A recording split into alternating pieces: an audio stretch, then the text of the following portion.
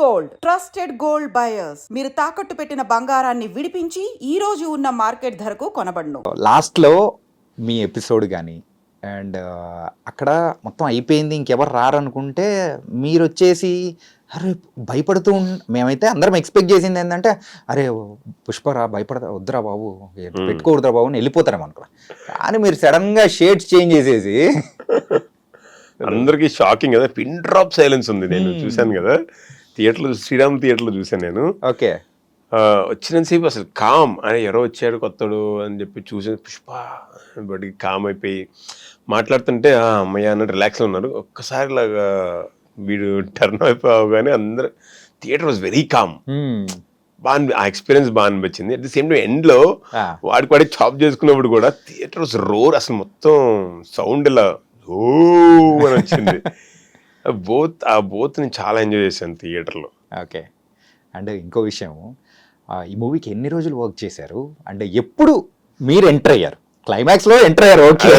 Pushpa మూవీలోకి actual గా sets లోకి మీరు ఎప్పుడు ఎంటర్ అయ్యారు? మేబీ నేనే the last person to enter in Pushpa sets as a actor. అవునా? లాస్ట్ ఎన్ని రోజులు? ఒక 3-4 రోజులు వర్క్ చేశారు? అయ్యో 30-40 days చేసామండి. 40 days అప్రాక్సిమేట్లీ. 30-40 days. ఏంటి ఆ ఫైట్ మీరు చూస్తే అది ఎలాంటి ఫైట్ అది, అసలు ఆ ఫైట్ చేస్తున్నప్పుడే నాకు ఆ వైబ్ అని ఎలా అనిపిస్తుంటే, ఈ ఫైట్ చూసేవాళ్ళు ఎవ్వరు కూడా సీట్ల మీద కూర్చోలేరు. ఇట్ వాస్ అసలు టెరిఫిక్ అనిపించింది. అలా ఒక షాట్ ఉంటుంది, ఇలా కొట్టుకుని ముందుకొచ్చి తన పీక పట్టుంటారు కదా జాకెట్ లాగా, దానికి అనుకున్నా అసలు మేబీ స్టేజ్ మీద ఛాన్సెస్ చెప్దాం అనుకున్నా. అంటే ఒక 10 పులులు ఒక్కసారి వచ్చి మీద పడిపోతే ఎలా ఉంటుందో అసలు అలాంటి ఒక ఎక్స్పీరియన్స్ ఆడియన్స్ ఫీల్ అవుతాడని చెప్పి అదే కనిపించింది అసలు. అండ్ ఈచ్ అండ్ ఎవ్రీ షాట్కి అల్లు అర్జున్ గారి కష్టం, సుకుమార్ గారి brain and also Navakanth master fight master అసలు ఎంత కష్టపడ్డారంటే చెప్పాలని లేదు. సో మీరు కనిపిస్తుంది మనకేదో మేబీ 3-4 minutes ఉంటుందా ఫైట్, ఇంకెక్కువే ఉంటుంది, ఇంకెక్కువే ఉంటుంది, 5-6 minutes దాకా ఉంటుంది. సో దానికి we work for 30-40 days. So because every shot దానిలో rope shots, more than half of the, ఇంకా 70% of the fight is completely rope shots. Okay, అసలు అలా రోప్ షాట్స్ చేయాలంటే నాకు తెలిసి ఇప్పుడు అంటే పెద్ద పెద్ద హీరోస్ స్టార్స్ కదా, సో రోప్ షాట్లో చిన్న చిన్న మనకు తెలియకుండా మిస్టేక్స్ జరగచ్చు, ఏదైనా జరగచ్చు చాలా. అంటే వాళ్ళు కూడా కేర్ఫుల్గా ఉంటారు కదా. సో ఐ డోంట్ థింక్ మీరు వేరే స్టార్స్ చేస్తారు లేదు, కానీ అల్లు అర్జున్ గారు అయితే ప్రాణం పెట్టేశారు అసలు. ఓకే, ప్రాణం పెట్టేశారు. నాకు ప్రతి షాట్ చూసినప్పుడు బాబోయ్ ఏంటి అసలు అది బొమ్మ అనుకుంటున్నారా మనిషి అనుకుంటున్నారా అట్లా లాగేస్తున్నారండి డ్రోప్స్ పెట్టడానికి నేను మనసు తిట్టుకునేవాడిని మాస్టర్ని. బట్ ఆయన అసలు ఏ రోజు మాస్టర్ ఇంకోటి చేద్దాం ఆయన చూసి చెప్పేస్తాడు అనమాట, మాస్టర్ని కానీ సుకుమార్ సార్ని కానీ ఇంకా 1 more చేసేద్దాం అని.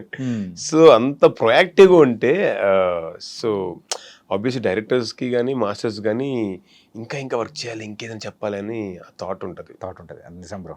అంటే ఇంకా ఆ గ్రాండియర్ కానీ, అంటే సింపుల్గా చెప్పాలంటే ఆ క్లైమాక్స్ ఎపిసోడ్ మొత్తం చూసుకుంటే ఆయనను కట్టేసిన తర్వాత ఎగ్గిరి దుంకేది, ఒక పులి వచ్చి మీద పడుతున్నాను మీ ఇందాక అన్నారు చూసారా, 10 పులులు వచ్చి మీద పడుతున్న కైండ్ ఆఫ్, అంటే అవతల వాళ్ళు అంటే ఆపోజిట్గా ఉన్న వాళ్ళు ఇచ్చే ఎక్స్ప్రెషన్స్ బట్టి యువతలో కూడా అట్లే వస్తుంది, ఆడియన్స్ ఫీల్ అవుతారు. అవును, అట్లే అద్దరగొట్టేశారు అందరూ. మీరు కట్టేసే గురించి చెప్పారు కదా, అది నేను ఆల్మోస్ట్ మీద కూర్చుని చేతులు కడతాను. మీరు అర్థం చేశారా?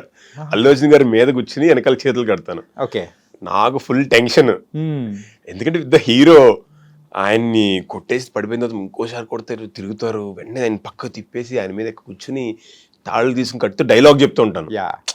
అరే ఏమనుకుంటున్నారా చావుతో చెలగాటం ఆడుతున్నారు మీరు అని చెప్పి అల్లు అర్జున్ గారు స్పిన్ డ్రాప్ అండి అసలు. ఏం అంటే అంత ఫాస్ట్ సీక్వెన్స్ కదా, చేతులు దెబ్బలుతాయి, గీసుకుంటాయి, లేదంటే మనం అటుపక్కన ఇటుపక్క చేతులు లాగి పట్టుకుని కడుతుంటే మామూలుగా చేస్తేనే చాలా రియల్ తాళ్ళు అవి. ఏం సపోర్ట్ చేశారంటే సార్ సారీ సార్ ప్రతిసారి సారీ సార్, పర్లేదు సూపర్ చేసేసేయి, నువ్వు అసలు ఏమో ఆలోచించుకో, హ్యాపీ చేసేసేయి అంతే అన్నారు. సో ఆయన కట్టేసి మళ్ళీ వెనకాల కాలు కట్టేసి ఆ తర్వాత నేను అక్కడ కొంచెం కనిపించిన తర్వాత ఏం చేద్దాం అని సుకుమార్ గారు వెంటనే వచ్చేసి వెంటనే వచ్చేసావా పడుకుని నోస్ దగ్గర చూడు అని చెప్పి ఆయన అలా పడుకుని చూపించారన్నమాట. అసలు నాకు అది భలే నచ్చింది. ఆయన కాలు కట్టేయడం వెంటనే మళ్ళీ పడుకుని బతికి ఉన్నాడు ఇంకా అని చెప్పి నోస్ దగ్గర Nose పెడతారు. దగ్గర. బతుకున్నాడు ఇంకా కొనుగుపురు ఉందరా చంపుదామని వెళ్తున్నప్పుడు చంపేద్దామని చెప్పి కరెక్ట్ మళ్ళీ బుగ్గారెడ్డి ఆపుతారు. తారక్ గారు యా. సో అన్నీ బానే ఉంది. ఇంతకు ఆ మూవీలో మీ క్యారెక్టర్ పేరేం పేరు? Dammareddy. Dammareddy. It was very very nice and that experience కానీ అండ్ రీసెంట్గా పుష్పకు సంబంధించిన కొన్ని అంటే ఆ సెలబ్రేషన్స్ అనేది కూడా చూస్తూ ఉంటే దే డిజర్వ్ ఇట్ అని చెప్పేసి ప్రతి ఒక్కరు కూడా అనుకుంటూ 100%. రియలీ పీపుల్ అంటే ఫ్యాన్స్తో పాటు నార్మల్ ప్రతి ఒక్క తెలుగు ఆడియన్స్ కూడా ఎంజాయ్ చేస్తూ ఉన్నాడు. యా. అండ్ మీకు కూడా ఒక గ్లోబల్ లెవెల్లో కూడా ఒక మంచి ఫేమ్ అనేది కూడా వచ్చేసింది. ఇది గ్లోబల్ తెలియదండి, బట్ రీసెంట్గా కూడా ఒక సెంట్రల్ గవర్నమెంట్ సంబంధించిన ఒక కాలనీలో చేస్తున్నాం షూట్. సో అక్కడన్న అంటే లేడీస్ కానీ అంటే లొకాలిటీ కాబట్టి పిల్లలు వాళ్ళందరూ వచ్చి ఫొటోస్ తీస్తున్నారు. ఏదో యాక్టర్ కదా దిగుతున్నారు కదా అని అనుకున్నా. ఒక అమ్మాయి వచ్చి నిజంగానే అడిగింది, మీ పేరెంట్స్ నాకు తెలియదు అంది. పక్క నుంచి వాళ్ళు గగన్ గగన్ పుష్ప అని వాళ్ళు చెప్తున్నారు హిందీలో. అబ్బా నాకు భలే అనిపించింది. అంటే హిందీ ఆడియన్స్ మామూలుగా లవ్ చేయలేదు అసలు. వాళ్ళు ఎక్కడో పెట్టారు సినిమాని తీసుకుని. నేను మనకి December 5th రిలీజ్ అయింది. 6th షూట్ ఉంటే పూణే వెళ్ళాను. పూణే దగ్గర నుంచి చాలా దూరంలో బోర్ అని ఒక చిన్న విలేజ్ ఉంటుంది. ఓకే. అక్కడ ఒక 100 సీటింగ్ ఉన్న థియేటర్ ఉంది. దానిలో పుష్ప ఆడుతుంది హౌస్ఫుల్. అక్కడ చిన్న కొంచెం వెరీ అంటే లోకల్గా ఒక రిసార్ట్ ఉంటే అక్కడ నాకు రూమ్ ఇచ్చారు. వెళ్ళి పెడుతుంటే 6th ఇది December 6th ఆ బాయ్ వచ్చి పెట్టి సార్ మై కల్ పుష్ప దేకా సార్ అని. అంతకు మించిన రీచ్ అయి ఉంటుంది అసలు. I so happy. అంటే జనరల్ నన్ను గుర్తుపట్టలేరు దాని మీద చూసి బయట. So even the people recognizing నాకు చాలా హ్యాపీ అనిపించింది. నైస్. ఇంతకు గగన్ బిహారీ కాస్త గగన్ బాబుగా ఎలా మారింది? అంత సుకుమార్ గారి దయ్యా. ఓకే. అంటే ఫస్ట్ యాక్చువల్లీ నేను 2017 నుంచి ఆయనకి ఆడిషన్ ఏదో రంగస్థలంకి ఇచ్చాను. ఆయన చిన్న పిలిచారు. చిన్నదైనా సరే చిన్నదా పెద్ద నాకు తెలియదు సార్, నేను చేస్తాను, మీ దానిలో చేయాలని ఉంది, చేశాను. అట్లా తర్వాత పుష్ప అన్నప్పుడు కూడా కలుస్తున్నా. ఆ తర్వాత ఇది అనుకోకుండా అన్ఎక్స్పెక్టెడ్గా పిలిచారు. పిలిచి నేను 2-3 days సెట్లో ఉన్నాను. తర్వాత సడన్గా క్యారవాన్ పిలిచి ఈ షార్ట్ చేయనని చేశాను అనమాట. చెయ్యగా ఆయన దగ్గరికి వచ్చి భుజం మీద 2 గుద్ది, ఎప్పుడు వచ్చినా ఇలా కామ్గా నుంచుంటావు, నాకేం తెలిసి నువ్వు ఎంత బాగా యాక్ట్ చేస్తావని. స్టోన్ ఫేస్ అనుకున్నాను ఇది, అసలు సూపర్ చేసావు, ఏంటి గగన్ అది అని చెప్పి అన్నారు. అది అయిపోయింది. 2 days తర్వాత ఆయన వచ్చి గగన్ విహారీ అంటే ఇది వేరే స్టేట్లో అనిపిస్తుంది, గగన్ బాబు అని పెట్టుకొచ్చి, సార్ బాబు నాకెందుకు సార్ ఊరుకోండి వద్దు అంటే గగన్ బాబు లేదు పెట్టుకో అదేం కాదు నేను చెప్తున్నాను కదా అని చెప్పి వెంటనే పక్కన మాస్టర్ ఉన్నారు, డాన్స్ మాస్టర్స్ అందరూ కూడా, విజయ్ పోలాకి మాస్టర్, వీళ్ళందరూ మాస్టర్స్ ఉన్నారు. సో వాళ్ళని కూడా వెంటనే అడిగారు, ఎలా ఉందండి, బాగుంది సార్ చాలా బాగుంది అని పక్కన వాళ్ళందరూ.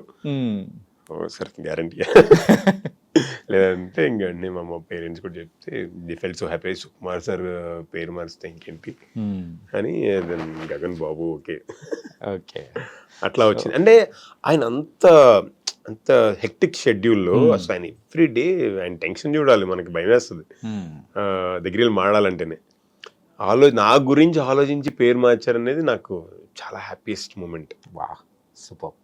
చాలామంది యాక్టర్స్ మూవీస్ టైంలలోనే వాళ్ళ పేరు మార్చుకొని దే వెంట్ వెరీ వెల్. అవును. అంటే ఇప్పటి వరకు చూసిన గగన్ అండ్ ఇంకా మీదట చూడబోయే గగన్ మాత్రం ఖచ్చితంగా డిఫరెన్స్ మాత్రం ఉండబోతుంది. ఓ థ్యాంక్ యూ అండి, థ్యాంక్ యూ జానకి.